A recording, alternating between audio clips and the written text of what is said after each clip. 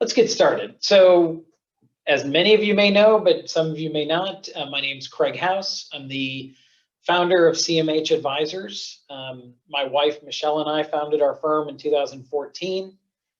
We have 12 in our team, made up of CPAs, enrolled agents, bookkeepers, accountants, and our marketing and admin team as well.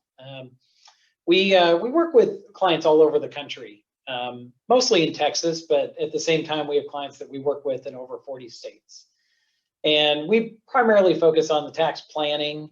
Tax preparation is the end result of the tax planning. And Kristin, our director of tax, joined us this last year and brings a wealth of knowledge from 20 years in the tutelage of her father. That's right. So let's not add all the years up. Oh, no, no. It seems like 20 years. Yes.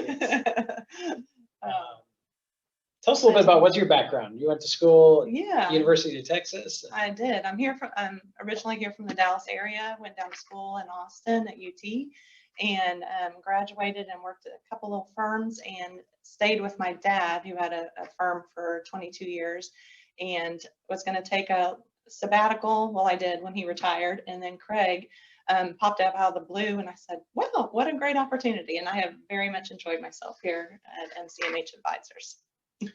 Probably helps that Michelle's part of the team. That's right. Yes, she's definitely the better half on our team. Okay, so here's a couple of housekeeping items, because I know you didn't want to log in just to listen to our history. Real easy. The goal of the webinar, provide you with a better understanding of the ERC and how we're working with clients. There is a lot of moving parts and pieces to this whole tax law. It consistently changes. It's probably going to change again either this weekend or next week. Once the House and Congress pass this new stimulus bill, we'll go over that inside this. But we want to make sure that you as the business owner can understand, do I qualify? How do I qualify? And then how are you going to help us achieve some of the tax credits that we talked through? We have a Q&A section and a chat section. If you have any questions, please ask them during the webinar. If you'd like to have a question during the live Q&A, there's a way to raise your hand in the Zoom chat or Q&A, I believe, and then we will add it at that point, and we'll let you speak and ask the question, and we'll answer it to the best of our abilities. So, what is the ERC? It's magic. It's magic. It is magic. It does seem like magic. It does seem like magic. The government is creating it magically. Yes. What it is where the government really wanted to keep employees paid and to keep our economy going. And so their way of helping the business owners doing this when the business owners didn't have the funds to keep the employees paid is give them employee retention credit. So retaining your employees. So this is a fully refundable tax credit, as you can see, and it's just mainly to keep the employees on the payroll during these times. Mm-hmm. Yeah, the government thought, Congress thought that the best way to get the money into the people's hands, as you've seen, they've done some of it with stimulus checks and debit cards that they're mailing out, but also to keep them employed, keep everything running the way it is. And they thought the best way to do that would be through the PPP program that many of you have heard of and experienced, and then also the employee retention credits. Let's go to the next slide here. There are eligibility requirements, but one of the big things that just changed at the end of December with this is that previously, if you received PPP funds, you weren't eligible at all, and they changed that. And the people that hadn't received PPP funds in 2020 were already taking advantage of these employee retention credits. Well, now it opened it up to a whole nother world of potential eligible recipients. Yes. Talk through a little bit of that. Yes, and so to be able to claim this credit, you'll have to have your operations either fully or partially shut down by a government mandate, due to COVID, of course, or you experience significant reduction in gross receipts in one or more quarters of 2020, corresponding to the quarter in 2019. Correct. And that reduction is 50%. We'll go over that a little bit later, but the nuance of the governmental order is federal, state, local. Yeah, somehow your business is affected because of a mandate by a governmental entity. How did that change for 2021? Got even better, Craig. It did. It definitely did. So what happens in 2021? So what we just described was 2020. You retroactively go back and file amended returns for 2020. You're proactive in 2021, and you're same thing. You were either shut down by a government order, like Craig explained, by U.S., state, local, city, or you have your gross receipts fall more than 20% compared to the first quarter of 2019, or fourth quarter gross receipts compared to fourth quarter 2019. And so the difference there is in 2020, they had to fall by 50% or more, 2021, 20% or more. Correct. So a little more leeway. Which opens it up for quite a few more businesses at that stage. That's right. Yeah. Brittany, let's go to the next slide. Ooh, how much is the credit? In 2020, it was $5,000 on the first $10,000 of wages that were eligible. So about a 50%. And they kind of upped the game in 2021. They did. It's now $7,000 per quarter. So total $28,000 per employee, but it has to be taken each quarter. So if somebody makes $20,000 in Q1 and nothing in Q2, they're only eligible for the $7,000. But if they make $10,000 in Q1 and $10,000 in Q2, you take $7,000 for each quarter, totaling the $14,000. And where we were talking about how this is a nicely ever-changing situation, the new stimulus is looking to expand this beyond quarters 1 and 2 into the rest of 2021. And so it'll be $7,000 for all 4 quarters in 2021. The next slide, we have a few of the updates, but this gives us kind of a side-by-side comparison, some of which we've already talked about. The big one, though, that we haven't talked about is to be eligible to just receive these credits with little to no restriction was the number of employees. And so the full-time equivalent cap on employees was 100 or fewer in 2020. That number went up to 500 in 2021, which brings in about 99% of eligible small businesses that would qualify to have some eligibility in this. Kristin, can you talk through a little bit? We've talked about some of the percentages, but like dates and some of these other items on here. Yeah, and so in 2020, we're all familiar with March of 2020, and that's when most businesses were shut down. And so that's why the covered period starts March 13th, 2020, versus January, because of course we were not shut down at that point. And it goes through December 31st. Now for 2021, it starts January 1st, 2021. As of today, it goes through June 30th. We do have our little asterisk there. There is talking with the new stimulus packages, you probably heard on the news, that is in the works at the moment, that might be extended all the way through December. So right now we have to say through June 30th because that's the law, but as things progress, we can keep you updated, and it possibly could go all the way through all 4 quarters of 2021. Yep, and then we talked about the other one. It previously was not open for any PPP recipients.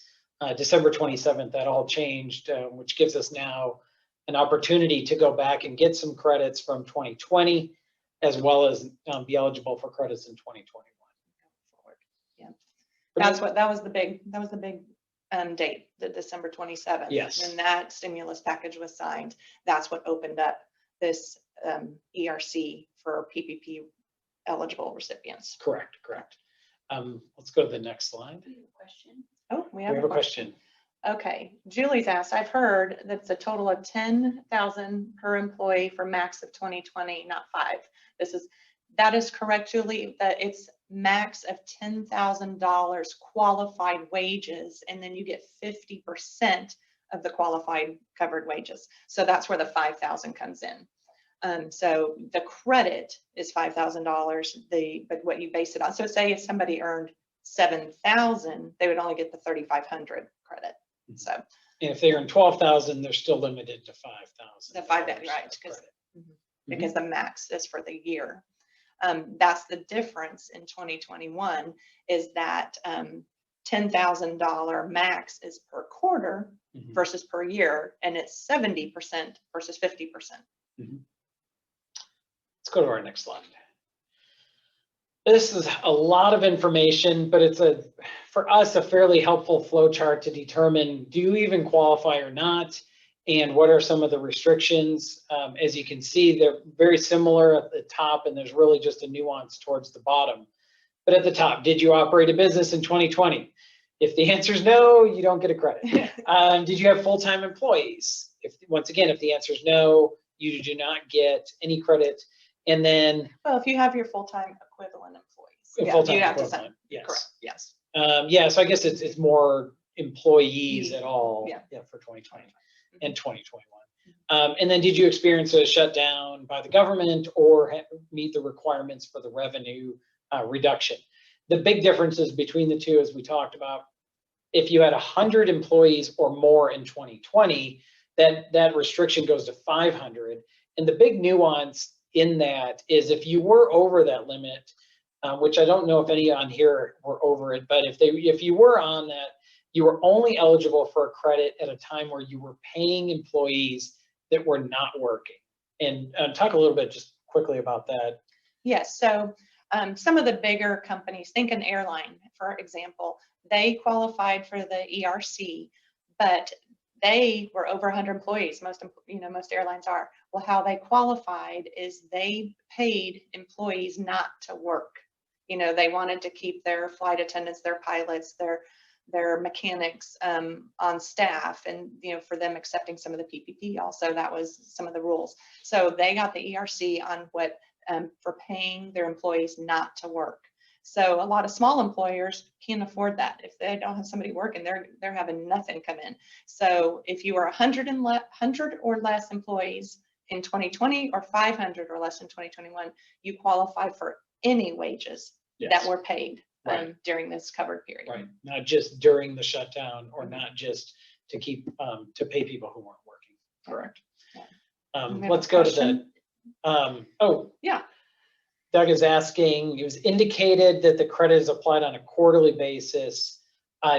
Technically, yes, from the standpoint of wages from Q2 of 2020 would be required to be filed on a second quarter amended 941, and wages from Q3 would have to go on a separate third quarter 941X, and they would have to be filed separately asking for the credit to be applied. So for some clients, there will be 4 amended filings for 2020 for each of the 4 quarters.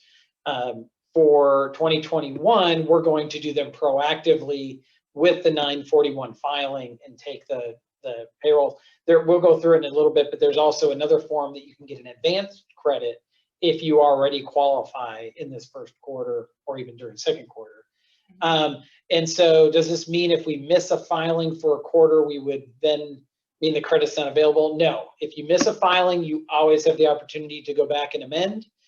If you amend, you can ask for the overpayment to be applied as a credit in future quarters, or you can ask for it to be refunded.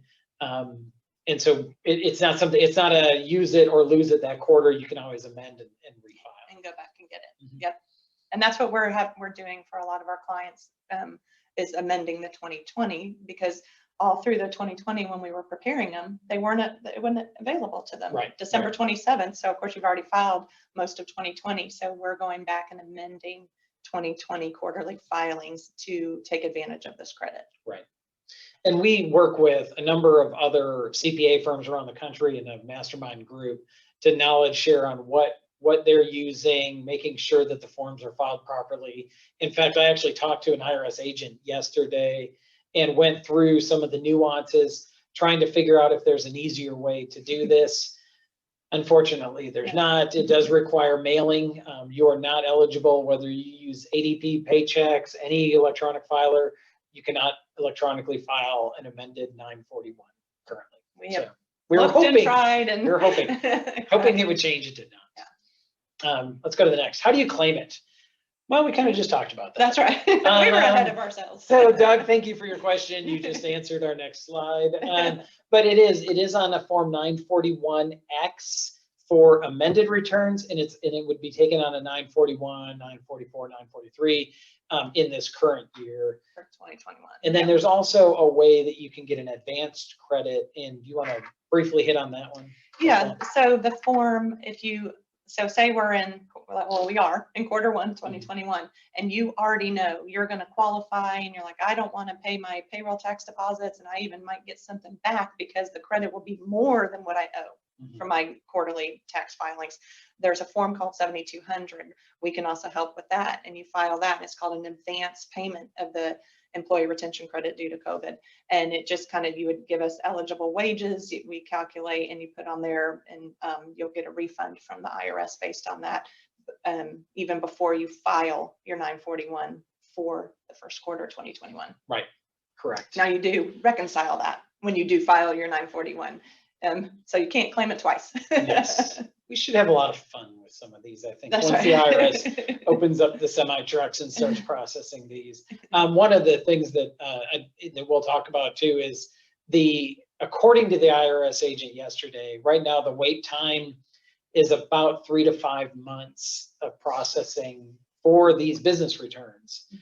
They still had, last month, they still had 7 million 1040s that were filed by October that had not been processed yet. So business returns are getting a little business bit more returns, yes. priority. They go to a different address, right? They do. They go to a different address. They get a little bit more priority. However, with the limited capacity at the IRS locations and the shutdowns, everything that were going on previously, they're back. They're back ordered, whatever you want to call it. They're behind. Backlogged. Backlogged. That is a much better term. That's why you hired me. I know. All right. What's the next slide have for us? Oh, this is the favorite part. This is why everybody signed on. Q&A time. We've answered a couple of the questions as we've gone. What happens if you have a question afterwards? Here's our website, www.cpataxteam.com. We've been posting all throughout the last year now. There's a banner on the top of our website that gives updates on anything related to COVID-19. We will continue to update those. We will provide a recording of this webinar next week, hopefully early next week. Yes, we're going to go through and edit it, make sure it's good to post first. If you have any questions you would like to email us, the best email is team@cpataxteam.com. That way, any of us can answer it in real time, and it can get routed to the appropriate person.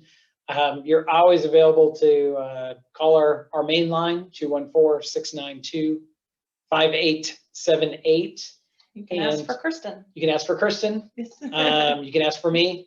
You can ask for anybody, any account managers that you work with for our current clients. You can also talk to them, and they'll be able to help walk you through the process and get your money. That's right. We got one question from Amy. Can you please review the partial shutdown rules? If you qualify, do you still get the full credit, and how much reduction equals a partial shutdown?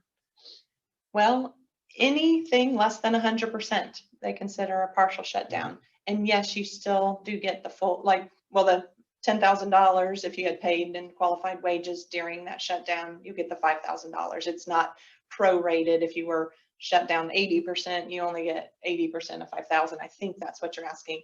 And that's not the case. You do get the full $5,000 credit if you have the qualified wages. Typically, in even the FAQ section on the IRS website, from what we've gathered, there are even where somebody who's not shut down, but their primary industry services an industry that received a full or partial shutdown, they're going to qualify under certain circumstances. We do recognize this is somewhat of a gray area. There are people that were mandated for cleanliness restrictions, and now their capacity is limited on who they can serve and when they can serve them. That would qualify as a partial shutdown. It's virtually impossible for the IRS to go through every situation and give you clearance or guidance on the front end without specifically asking them. We feel like the FAQs are pretty open. We've got several other massage or health related businesses that we work with that also have had the same guidelines, but it's mostly a state by state. Many of the states are more restrictive than Texas, but for most of the states, there's some type of shutdown or something at some period. It may not still be continuing, but you get it through the time you were shut down. Yes. And then there are other qualifications. If you're in the revenue side, you get it through the quarter in which you went above that next restriction. So there's not a specific, it's got to be at least a 50% shutdown, a 25% shutdown, 100%. But pretty much most government, like a restaurant, they're saying, hey, you can only serve at 50% capacity, partial shutdown. You're required to only service such a number of people a day, or you're required to provide this much space, or you're limited on how many people can be at your location at a certain time. Those would be considered partial shutdowns. We do recognize that there could be some gray area that the IRS could come back and say, no, sorry, we're not going to allow this credit because we don't think you meet the criteria. And so we think in those cases, I wouldn't limit the amount of payroll taxes I'm paying. I would just be asking for the refund on the excess. That way, if for some reason the IRS disagrees with the position, you're not underpaid. Yeah, you've paid in the proper amounts. You're just not eligible to get the refund. We have a question from Stephen. Can you please explain the refund advance program again, and what was the form number? You also mentioned the IRS being behind 3 to 5 months. Please review again. Can you get a refund before the application is reviewed? Okay. First question, refund advance program. That was form 7200 on the IRS website. Advance payment of an employer credits due to COVID-19. At 3 to 5 months, that's where you talked to the IRS agent yesterday. Right. The refund advance piece of this is more dealing with this in real time. And it's, say, this current quarter, you are still experiencing some type of shutdown. You definitely, under that circumstance, qualify to get the refund or the credit, I should say, maybe not a refund. But what most of the payroll providers, including what we were working with, is to either figure out how much of the credit we're going to be eligible for, and then reducing the amount of payroll taxes that are remitted, or we'll probably take the credit on the 941 when it's filed in April. We're not really being fairly active on the 7200 right now, primarily because most of the clients that we're working with are under a partial shutdown, or they're a revenue decrease. And since we're not through the quarter yet, we can't opine that the revenue will for sure be down at least the 20%. So we're not advising clients right now to just say, hey, stop paying your payroll tax, and when we go file the 941, you'll get your credit and get all this extra money back. But at the same time, if for some reason it was to where you needed to restrict for cash flow purposes, say you're shut down and you want to pay your people, but you don't have the amount to pay the payroll taxes, you can use this advance payment of the employee credit and either get that or even reduce the amount of payroll taxes you're currently remitting during the payroll period. For your regular, right? Yes. I hope that answered the question. Yeah, that was but you can you get a refund before the application is reviewed? They pretty much would give you the refund when they review it. The way you would, I guess I wouldn't use the term refund, you just would not remit the tax until, and then say, hey, listen, I'm eligible for this credit. Here's how much the credit is. I've already paid in X, so I'm not paying in any more for the next month. Yeah. Kind of if you say you owe $10,000, well, I shouldn't use 10 because that's say you owe $20,000 in payroll tax deposits that you make after your payroll period, and you know that 10 of that is going to be ERC, a credit you're going to get. Maybe you only remit 10 And so, and actually that just gets caught up on your 941. Mm-hmm. So yeah, the 7,200, yeah, would be that, you know, for sure that maybe you've already remitted more and you need the Mm-hmm. refund, or your credit's going to exceed your payroll tax deposits that are required. Correct. Amy had one. Yeah. Is there a clarification that you can qualify for Q1 2021? Will you automatically get Q2 2021? I think you were, I think I recall you said in 2020, if you qualify for one quarter, you get the next.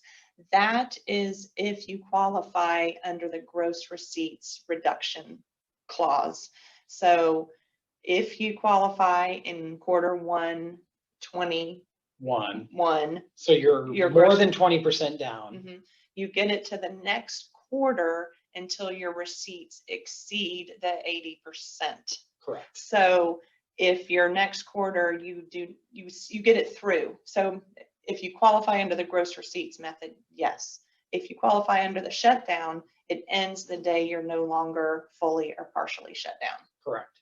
So yeah, so if for some reason they say, hey, everybody's back to full-time, everything on March 31st, that would be the end of it. You wouldn't qualify into the next quarter. But if you were down 22% in this quarter and you qualify, you would continue to qualify all the way through the end of Q2. And then you would also assess the Q2 reduction. And if it's more than 20%, then you keep going. If it's above 20%, then you get it just through the end of that quarter. Q2.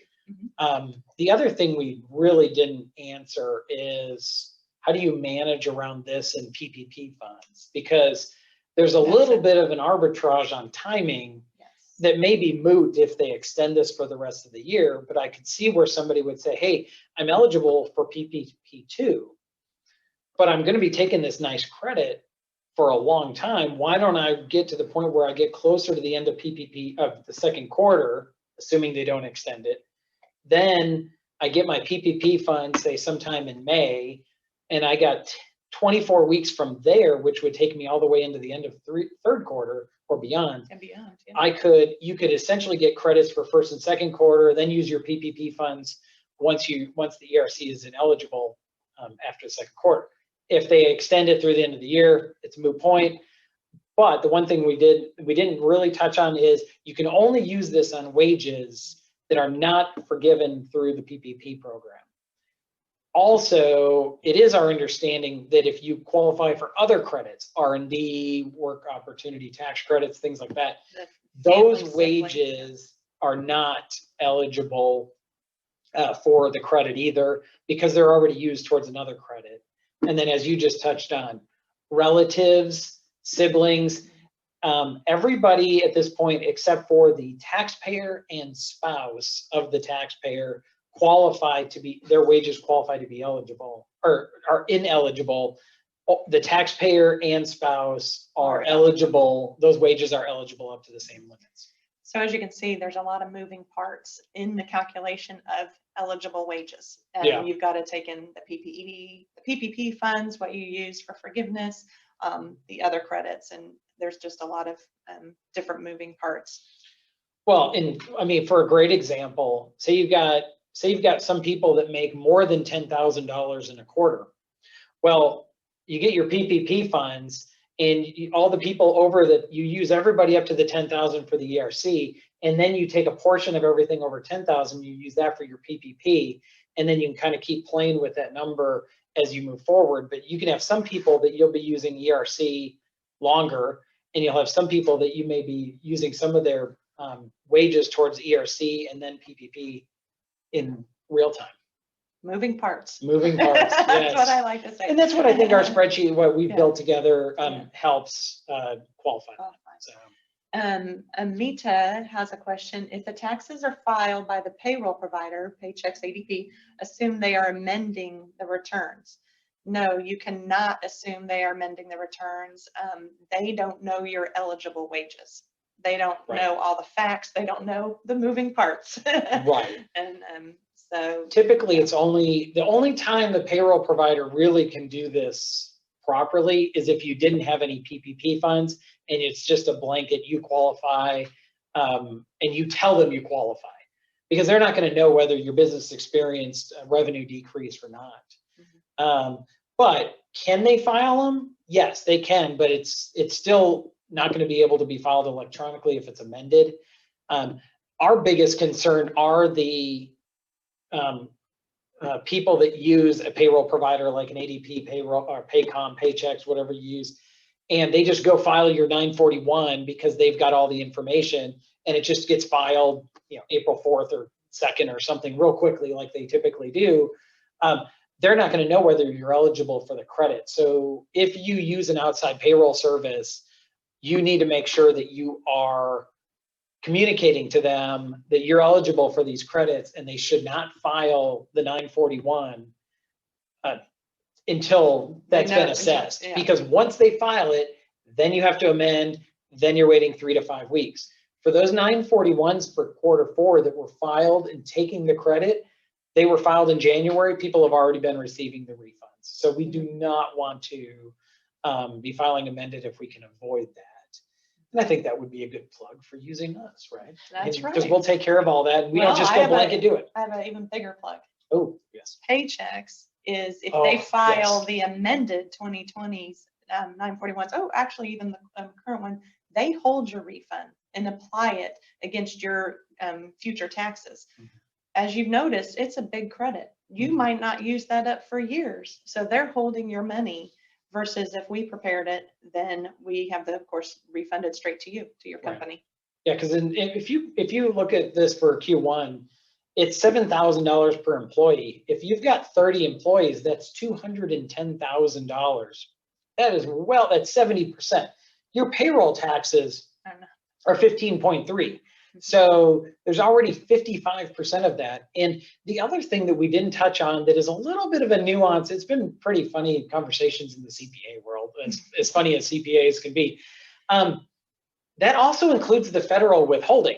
So say you pay employee A $10,000 and you withhold $2,000 for federal taxes plus another $1,530 for their portion and your portion of the employer payroll taxes, FICA and Medicare.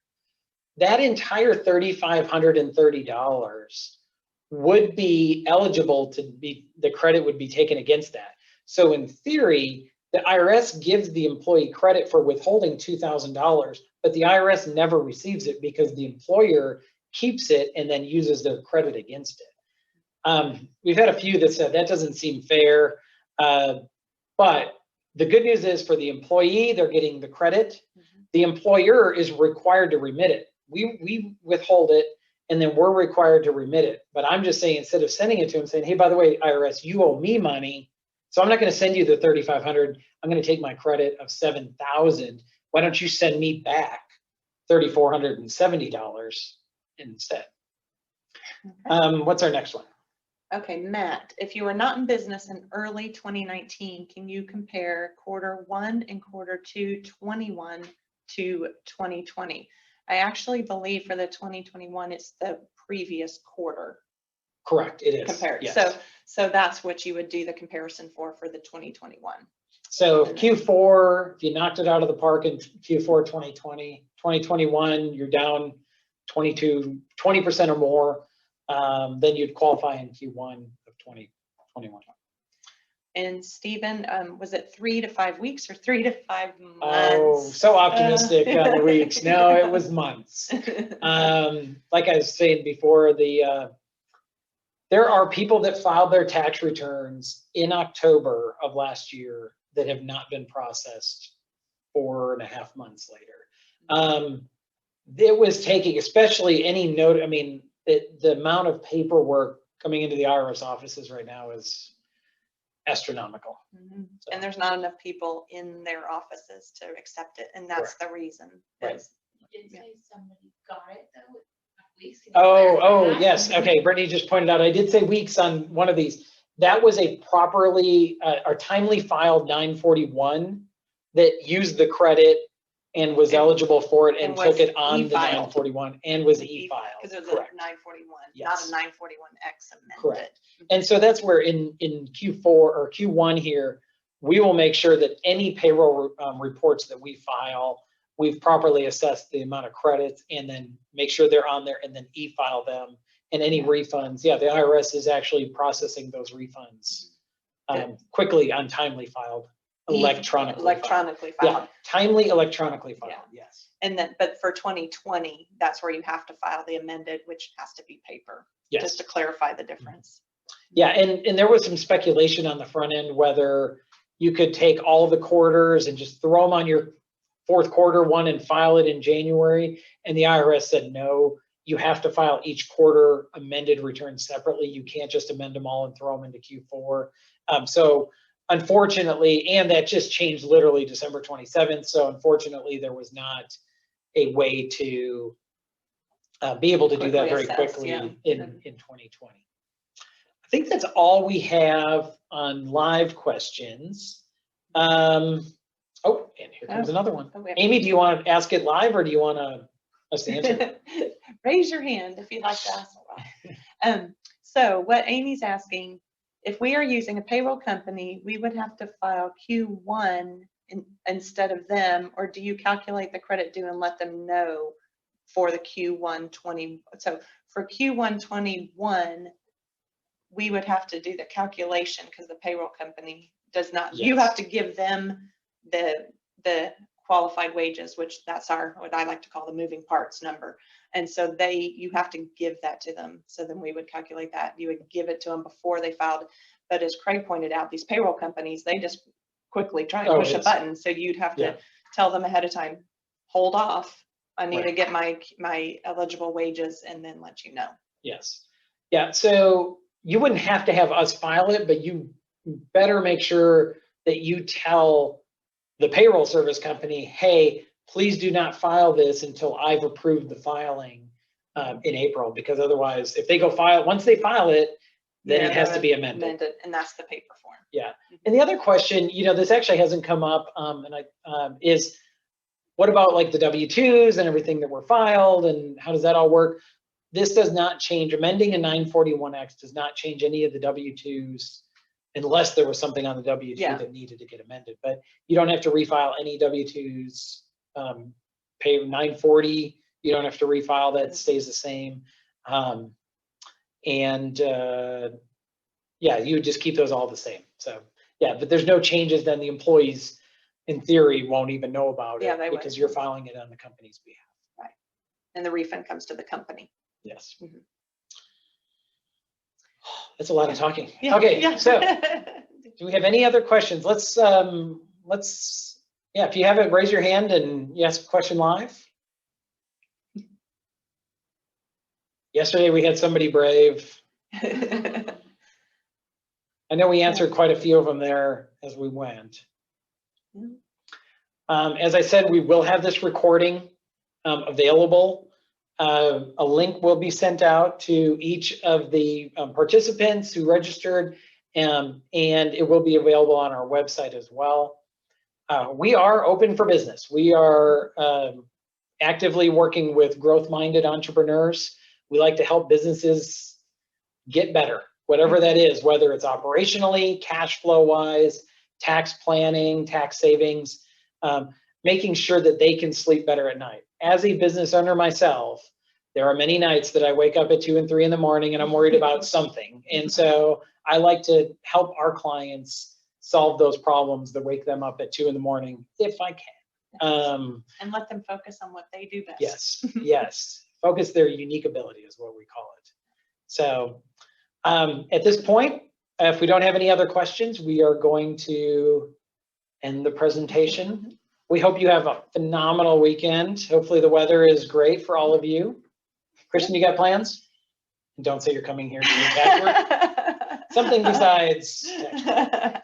Anything fun. We have fun dinner plans with friends, which nowadays is a luxury. Yes. So I'm excited. Yes. Maybe you should get a massage. Oh, that sounds wonderful. Okay, we just thank you so much. Yeah. We're just honored you spent your time with us today. Yes. We hope you have a great day and weekend, and